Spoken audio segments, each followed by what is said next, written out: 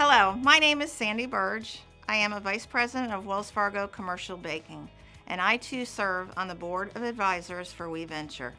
This spring, Wells Fargo has taken a series of comprehensive actions to help communities experiencing hardships related to COVID-19, including donating $175 million to help address public health needs, small business, housing, and financial health for vulnerable populations. I am so pleased that WeVenture was the recipient of some of this emergency funding because I have seen firsthand the huge impact WeVenture has, helping female entrepreneurs right here in our community. While it is true I work for one of the largest banks in the country, my job is actually to help small and middle market businesses. Our next speaker also works for a large corporation. Monique Picu is the Senior Vice President of Supply Chain and Strategy at Sam's Club. She oversees their global supply chain as well as their contact centers and overall business strategy. A proud alum of the HBCU with a degree in electrical engineering, she went on to earn her MBA from Florida Tech and currently serves on the Business School's Board of Advisors. Monique has worked in corporate America for over 30 years. While her career has taken her all over the world, she was raised in rural America and never dreamed of a high-profile career.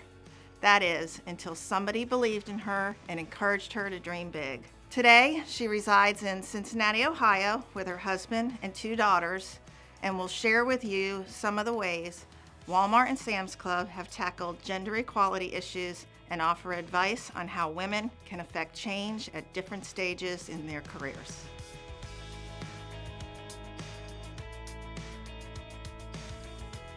Hello everyone, my name is Monique Picu, and I am the Chief Supply Chain and Strategy Officer here at Sam's Club. Prior to joining Sam's, I served as SVP Walmart Supply Chain Organization. And before that, I spent 26 years with Procter & Gamble. I've spent my entire career in corporate America. Not just any 2 companies, but 2 amazing companies, Procter & Gamble and now the fabulous Walmart.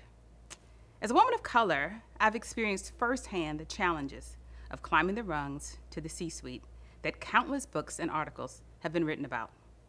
My career in supply chain and logistics has been a journey that takes me all across the globe. I've had the pleasure of working in Europe, both in London and Geneva, which provided me with insight to how women are progressing around the globe, not just here in America. So today, I want to tell you my story. I want to share Walmart's focus on women, and I want to show you how your own story is part of a larger movement to pursue a more inclusive and diverse world. Everyone has a role to play in this relentless pursuit, from the largest companies in the world to the smallest. At every phase of your career, there are opportunities to support women and encourage diversity in your organization. Women's representation across the U.S. is trending up, but it's estimated that even at the rate of change that we have, it will take us to 2085 for women to reach parity with men in leadership roles in the U.S. Unacceptable, wouldn't you agree? Yeah, I thought you would. So Walmart and Sam's Club have been on an intentional multi-year journey to recruit, develop, and promote people of color and women. And while our numbers are better than the S&P 500, we know that we can be doing a whole lot better. Walmart actually has great female representation at the top. The top, you say? Yes. 2 of our 5 company presidents, CEOs, are women. How fabulous is that?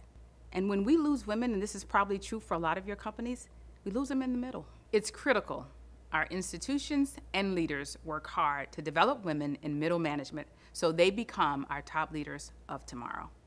Institutionally, Walmart has had a number of programs and processes in place to level the playing field and advance women, like required diverse officer slates, mentoring circles, an associate resource group, and our global president and CEO's Inclusion Council. Walmart started on this journey in the 2000s. You'll see examples of a number of things that we've introduced over the years to make sure the development of women is a priority at Walmart and Sam's Club. I won't go through all of them, but you can see we've established a number of programs that lift up women. We founded the Office of Diversity and Inclusion. We formed the Women's Resource Council. We started corporate mentoring circles for women. Our CEO signed the Catalyst Champions for Change and Paradigm for Parity commitments. We even had our first ever Mother's Day Monday event. How cool is that? We're also making sure we're spending our time in the right places to attract the best female talent. Last year alone, our recruiting team held more than a dozen recruiting events for women at conferences around the country. And in recent years, we've transitioned our focus on women to a bit more holistic focus on total inclusion, certainly continuing to remember women. Just this summer, all of you will have seen the murder of George Floyd.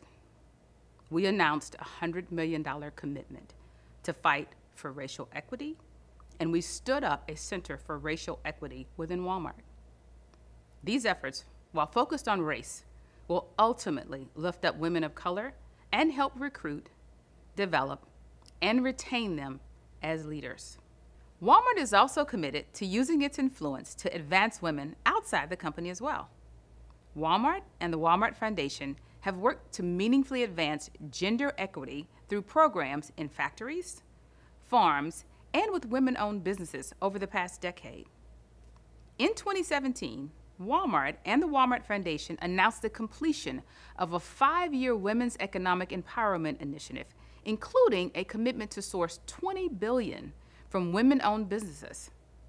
We also made a commitment to support training for 1 million women-owned farms, in factories, and in retail in emerging markets.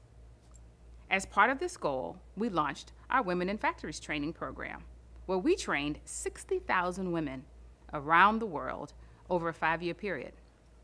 In addition, we trained 1 million smallholder farms and farm workers, more than half of whom were women. We formally entered a sponsorship with Girls Who Code in 2018 as a national club sponsor. We have continued engagement across multiple tech locations in a variety of ways, including coding clubs and summer immersion programs.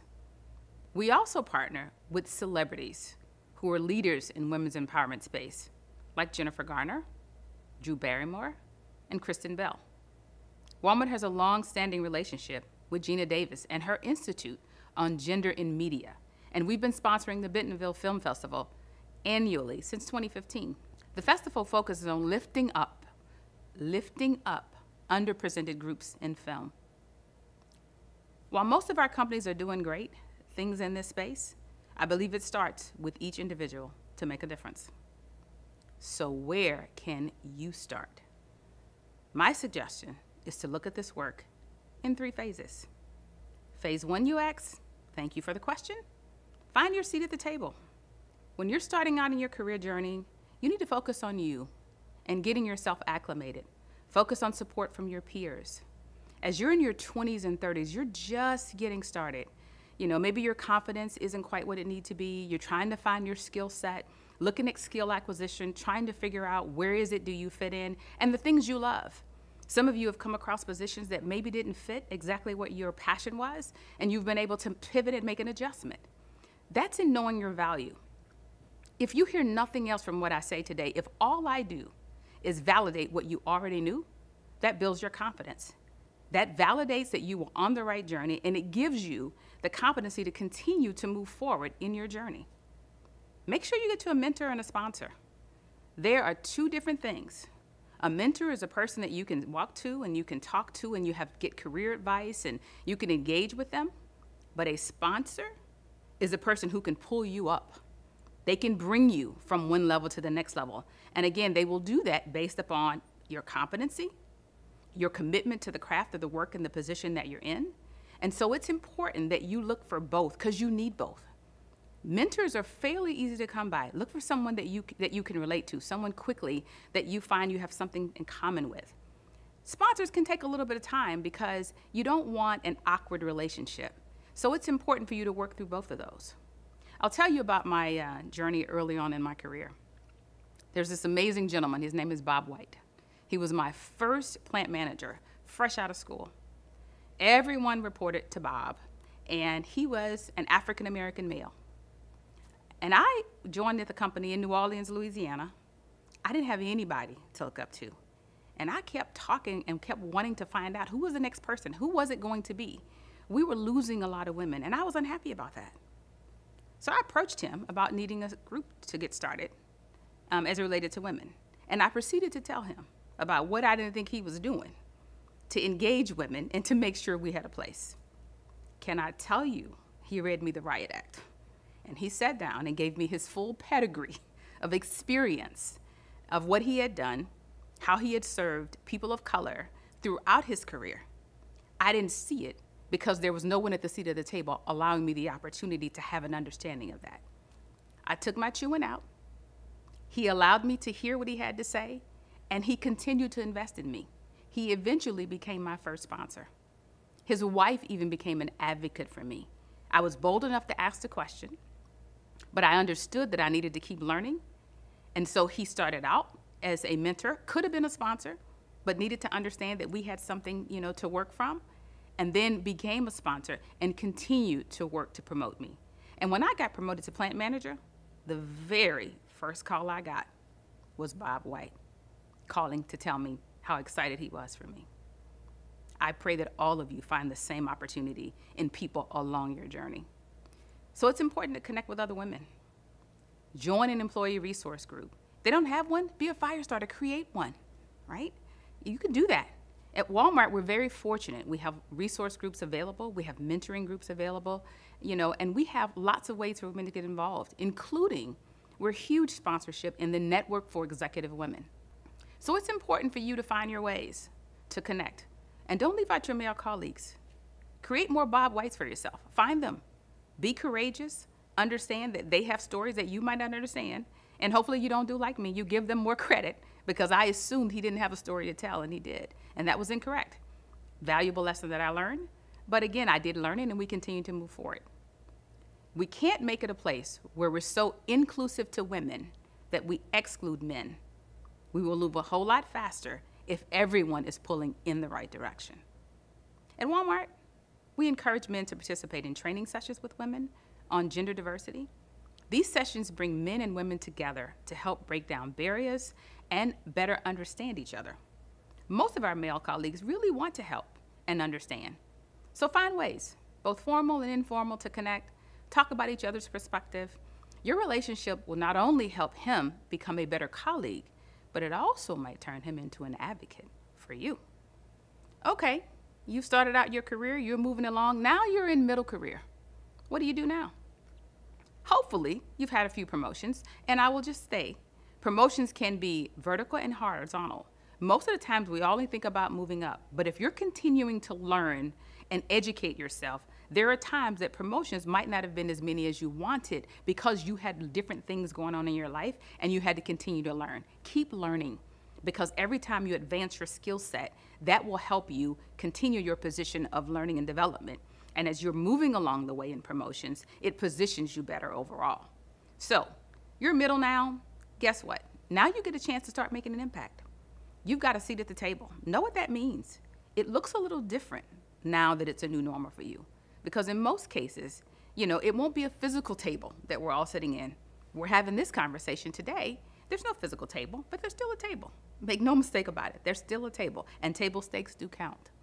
So make sure you're talking with your managers and your leaders about being in the right meetings and having a voice in the discussion. When you're sitting at the table, because people have advocated for you, when you're in those meetings, it's important for you to provide comfort and opportunity for other women to have a seat. Doing nothing is still doing something. Ask other women to share their opinions. Some women are brilliant but very quiet. You offer them an opportunity to be heard. Be conscious of how you respond to a male colleague's opinion versus a female colleague's opinion. Even if you're shy, you can have a huge impact. I talk a lot, so people sometimes don't hear me. But if you're a little more introverted, your words will have a much bigger impact, because when you say something, people are anxious and they want to enjoy what you have, and they will hear it more readily. And the fun part about all this is make sure you're mentoring, make sure you're pulling other women along the journey with you. Start to pass on those lessons you've learned, and never be afraid to give back the hard lessons, because you want to save them from those opportunities. to make the journey easier along the way for other women and to make sure you are pulling them up. We have got to do that. Otherwise, we're not leveraging our seat. And I talk to a lot of women who don't necessarily recognize when they have advice or career lessons to offer. You have them. It's now on you to help make sure that someone can say, this is what you did, this is what I did. I had an amazing Egyptian female. Her name was Nahed. She was absolutely brilliant. When I say brilliant, brilliant. And she worked for me. She did a lot of amazing things. She worked day in and day out. She was a huge problem solver, but you never almost heard her talk. Her numbers were there.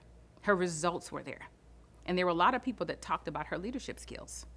I said, well, let's define leadership skills. Because you don't hear her, does that mean she doesn't have them? Her organization loves her. So she would come alive with her people. And so, therefore, is she delivering or is she not delivering? Well, when I put her numbers on the table and stack them against anybody else's, you can't tell me she's not delivering. And so, one of the things that I say, I would absolutely rather steer a horse than push a cow all day long. She needed a little bit of steering. And she wasn't a horse that talked back. She got at it, she got it done. And I had to convince others that you have to hear her voice because she speaks to it when you're talking about her results. If she doesn't have anything meaningful to say, she's not wasting her time on that. She's allowing other people to share a voice. And so giving her a seat at the table, we were able to get her promoted into an amazing position. She did phenomenally well. When it was time for her to move on, they didn't want to let her go. And so that is offering voice, right? Sometimes voice is for people who talk too much. You got to help tone them down a little bit so they don't monopolize all of the time. So it's important when you're in middle to keep giving back. You can never walk away from that. And then the last phase of your career, well, here you got me. That's where I am. You've got a few decades of experience under your belt. Oh my gosh, did I say decade? Yeah, I said it. That's where I am. And you're a senior leader in the organization. You can take on a little bit more risk. Some things you've got opportunity. Some might say a responsibility to make bold moves on behalf of other women. You can be professionally courageous. Okay, what does that mean? Send the elevator way back down and pick up someone else. Okay? You are the person that's going to help make sure that we don't forget interns, to make sure we don't forget the women who are working to climb up, that we don't forget that diversity of thought is important. This is a phenomenon that there can only be one woman at the top. I don't believe in that. I think your gifts make room for you. If you're the only one there and you move on, what happens? Who have you helped? I'm sure you've got sisters, cousins, siblings, all of those people who need a place. And there are enough corporations, there's enough company, there's enough entrepreneurs. Some women may not be in corporate their whole lives. They may be there to get the birthing and understanding of things they want, and they may go off and create the next big idea none of us knew we needed. They need you. They need you to become kind of the junior woman sponsor and help them advance their career.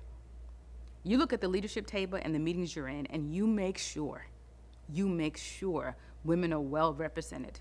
If you inherit an organization where they are not, but the organization gave you the seat at the table, then we need you to get it done. We need you to make sure that we talk about how important it is, because diverse organizations outthink, outrun, outpace those that are not. Perhaps the most uncomfortable thing is calling out inequities when you see them.